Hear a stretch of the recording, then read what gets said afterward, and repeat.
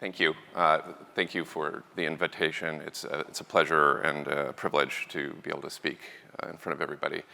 I am going to give you a very, very quick review of a very complicated subject, but I'm also going to hopefully show how simple, in some ways, a functional workup using 3 pillars of kind of analysis can come together to solve problems sometimes in mental health. I see the debate all the time where people say, where is health located or where is disease located? You know, is it in the body? Is it in the brain? Is it in the mind? Is it in the soul? We have the psychedelic movement right now looking at kind of higher form phenomena. I actually am very interested in that. I participate in that, but I also believe that it is located in all 3 levels. So it's not an either-or game. It's really about both this and that. And I'm going to be talking to you specifically more about brain as a metabolic organ specifically. I think we have a new mandate, which is to treat all 3 levels of human being. But one of the things that has happened in psychiatry is that psychiatry ceded both the soul and the body in the service of medication management. We made a big mistake in doing that. This is the way I think about a functional workup in psychiatry. It's basically like a tripod. And the magic of a tripod is that you can create a stable platform on uneven ground. So if one aspect of your diagnostics is a little bit short, sometimes the other aspect of the tripod can stabilize your decision-making when you're creating a treatment plan. The magic of genetics in the last 10 years becoming affordable has been an incredible game changer. I am boots on the ground applying the science as I see it makes sense in the work that I do with patients directly. It is very, very simple compared to a lot of what you've seen up here. SNP analysis, basically looking at the enzymes that people have in their bodies and basically assessing at some level whether or not these enzymes are contributing possibly to either the labs that we're seeing or sometimes the signs and symptoms that we're seeing. So signs and symptoms, laboratory, data, and genetics. Genetics being the first time really that we can see the workforce in the factory. One of the things about labs to think about is that what you're seeing is the products on the assembly line, but you don't see the workforce. Now with genetics, we can not only see what's on the assembly line, but we can look down like we're foreman, looking down in the factory, and we can see the workforce now as well. And that's very powerful. I'm going to give you a case report, basically, that happened in my practice. And I'm using this particular case. There's lots of examples I could give you, but I'm using this particular case to illustrate something that's I kind of think is important. This was the daughter of a clinical professor at a major research center. She was having an extreme situation, basically almost died twice from 2 suicide attempts, first leading to a broken neck and the second leading to almost dying of blood loss, essentially. And she was treated at a major research medical center. And the gaps are extremely meaningful to just look at what was missing here. She was diagnosed in childhood with ADD, but it never really made sense to her mom because her mom would see these kind of energetic meltdowns and brain fog and things like that. Not lack of attention per se, but kind of a brain that really wasn't working as well as she saw in other kids. But she went along with the treatment, which was stimulant therapy. Well, I just want everybody to know that when you turn dopamine over in the brain, you're increasing free radical production. You create peroxide when you break down dopamine. Well, in this young woman, as a child, it helped a little bit, but it never really solved her problems. She went to the hospital. She spent an entire month there, and there were essentially no meaningful labs drawn. So I'm going to go forward here. The family requested to see me. I saw her. I said, I don't know if we'll find anything, but we need to look. And I basically just a few basic labs. These are the ones that really pop off the page. You can see how low, this is a month later, how low her hematocrit is. She really literally almost died from blood loss. Her iron saturation you can see as well. But I want you to look at the B12. Her B12 level, 297, which is extremely low for a person that has the genetics I'm about to show to you. Most doctors will gloss over that and skip that. I think that we should think in quintiles. We should not be thinking about it's within normal range, because remember, normal range is 2.5 percentile to 97.5 percentile in labs. That's taking the bottom 2.5 people and the top 2.5 and calling everybody else normal. Look at her total glutathione level as well. These are her genetics. So she has something called compound heterozygosity in her MTHFR enzyme. That's methylene tetrahydrofolate reductase. It's very important in the folate cycle. It's known to cause depression and mood issues and all kinds of other issues. She has glutathione utilization genes that are shown to be suboptimal. These are functional SNPs. They just don't work as well as you might like them to. So she has low glutathione, and she has enzymes in her body because of her genetics that don't utilize glutathione as well as it should or it could.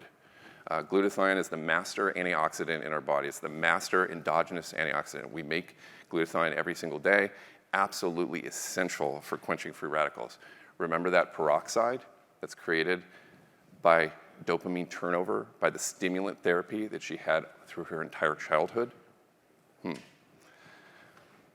So this is, again, the metabolic map. This is looking just simply at the methylation pathways. She had this kind of triple whammy within her folate cycle, and she has low glutathione levels that have been shown in one study to be 52% of normal in the caudate of individuals studied with schizophrenia compared to controls. 1/2, basically, of the master antioxidant, the master coolant in the brain which burns 20 to 25% of our calories every day in a space the size of a cantaloupe. That's got a lot of fat. So this is what I put her on. She was on three meds. She was on risperidone, lithium, and cogentin. Very, very heavily medicated. Nobody was taking a chance at this point with her after almost dying twice. This might look extreme, but what's going on here is a lot of these are combo products. The anti-inflammatories are kind of tried and true. There's lots of data showing these things can help to scavenge free radicals. The methylation support is very specific to her genetics and also her laboratory. And the NMDA neurotransmitter support is specific to the fact that she has a thought disorder, a psychotic kind of diagnosis. We really want to support the NMDA receptor in these kinds of situations. The N-acetylcysteine in there is a glutathione precursor. Her glutathione levels were low. We want to give her something that will cause her liver to make glutathione, and that's exactly what N-acetylcysteine does. Sarcosine is a glycine type 1 transporter inhibitor. It can increase the ability of the NMDA receptor to respond to the 2 ligands that it needs. The acetylcholine is a choline precursor. So these are basically treatments that are targeted not just to her labs, her genetics, but also to the empirics of the fact that she has a psychotic disorder. The brain is a bit of a black box. We can't take brain tissue easily. When we take blood and we try to discern or guess at what's going on in the brain, it's a little like shining a flashlight in the garage and trying to guess what's up in the attic. Okay? It's a completely different compartment, and we need to recognize that. I gave her methyl B12 shots as well, and actually fairly aggressively so, because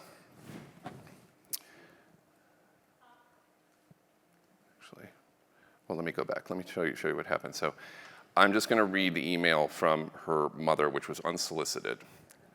Holy crap. That's the most appropriate way I can think to express it. She's doing amazing. I don't know what to say. It's overwhelming. I'm assuming it's the supplements that are responsible for most. In addition, she's cleaned up her diet and has been exercising regularly. Have you listened to the Broken Brain podcast? So many things you speak of are highlighted about functional medicine. She's also dropped her sleeping pill completely. So those are amazing behavioral changes, but they're changes that came because her brain was working better and she could make better decisions. 2 years later, I actually got back in contact with her. I was not doing medication management. I asked her, should we follow up? I'd seen her for a while, but there's like a 6-month gap. And she said, thank you for your help. I've been stable, thriving since I last saw you. That's why I haven't seemed to need further help. Essentially, she said, you can close my chart for now. I said, call me anytime. And I reiterated, some of the fragile points in her situation. 4 years later, I got in contact with her. She is working. She's engaged to be married. She's actually in a nursing degree. And she is taking her supplements, and she's off all of her meds. So here, quickly, what I want people to understand is that in these situations, you really need to think of this as a brain on fire. This is a free radical related damage to one of the most important metabolic organs in our body, our brain. If you think of the brain as a metabolic organ, okay, all of this fuel burning creates a lot of exhaust. Literally, the stuff that's created in metabolism is not that far off from what's coming out of the exhaust pipe of a car, and you have to deal with all of that. This is just one area in schizophrenia pathology that we know related to nitric oxide production. We have identified low levels of arginine, low levels of superoxide dismutase, another endogenous antioxidant, high levels of nitrogen products that show damage to DNA and show damage to proteins and things like that. That's just this small area. We don't do anything for any of that in most of the patients in this country, and actually really the world. Even though it is very clearly identified what we can do about it, we have to start actually applying the research that exists. I'm just going to point to a couple of things. Why did I check glutathione? Because at 7 years, glutathione levels were shown to be more predictive of transition to psychosis than the PANSS, what's considered the gold standard for psychosis in terms of a questionnaire and an assessment. A single lab value was shown to be more significant in terms of predicting outcome over long term. Why did I check B12? And why did I give her B12 levels that were supraphysiologic? It was really pharmacologic dosing of B12. Well, B12 in the frontal lobe of patients with schizophrenia that died and had tissue analysis compared to age-matched controls were about 1/5 of normal compared to controls. Again, the brain's this black box. If you look in the blood, you don't see that. In the brain, 1/5 of normal compared to controls. Kind of astounding. And if you really look at this graph and take time to just look at this, the only B12 that was actually higher is the hydroxycobalamin, which is the inactive form of B12. Why did I give her fish oil? Because 3 months of very reasonable, not even aggressive omega-3 fatty acid supplementation was shown to reduce transition to psychosis in high-risk individuals by about 70% at 7 years. One single nutritional intervention can have outcomes like this. So again, this is what I'm getting at. We really have to put these principles into play. I will encourage everybody to think of it in a certain way. Learn from extremes. Alcohol use disorder is a great example. Schizophrenia is a great example. These are kind of the extreme ends of certain spectrums. When we drink alcohol, a little bit's okay, a lot is not okay, and a whole lot is basically drinking poison every single night. What do we see? We see all of these nutrient depletions. What do we see also? We see all of these functional findings. And these are ultra interrelated. So you can basically look and say, why is it that we might see increased reactive oxygen species? Well, we also know there's low magnesium and there's low zinc. Well, zinc is involved in 300 metabolic reactions in the body. Magnesium, another 300. These are the two main divalent minerals in our body. When you're low in these, the body does not work well.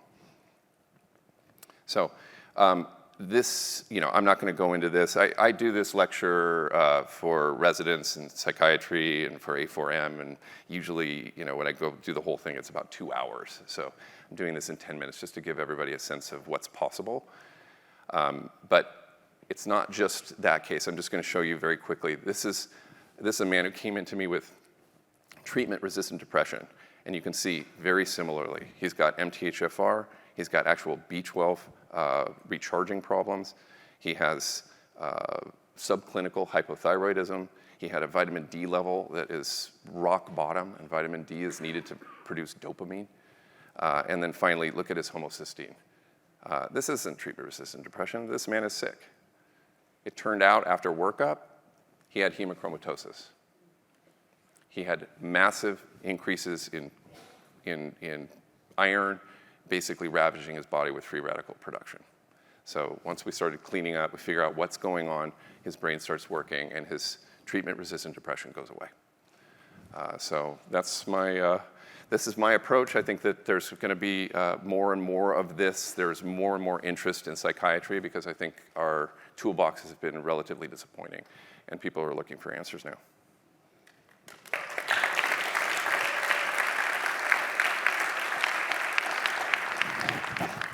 Loved your presentation.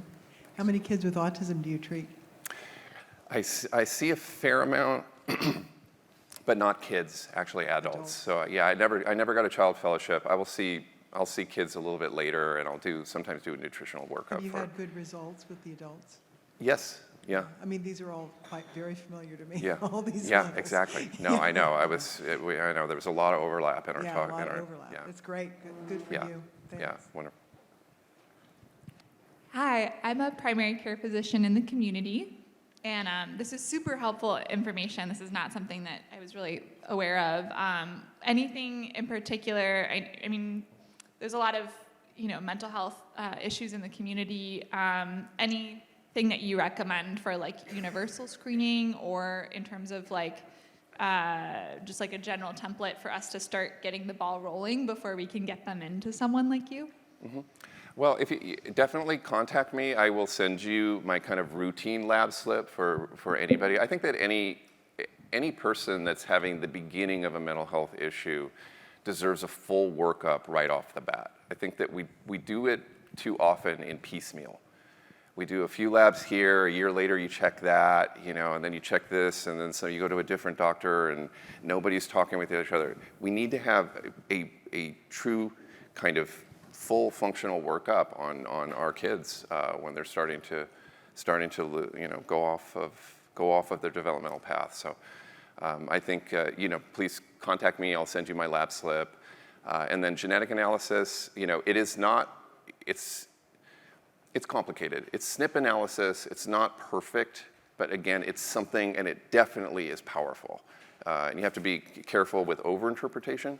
But when you start seeing just a sea of red in a certain area, and you start to see in the laboratory and also in the clinical presentation, just the empirics of what you're seeing in the room, and it makes sense. And a nutritional intervention, a trial with a certain set of nutrients, you're probably not going to hurt the person. You do clinical correlation, you follow up. So that's one of the things I will say. Sometimes people think that you're just going to put them on these supplements and do that autopilot for the rest of their life. That's not how it works. You follow up just like you do with normal medicine. So why not try it is often the way I would discuss with patients and with family. Yeah. Thank you.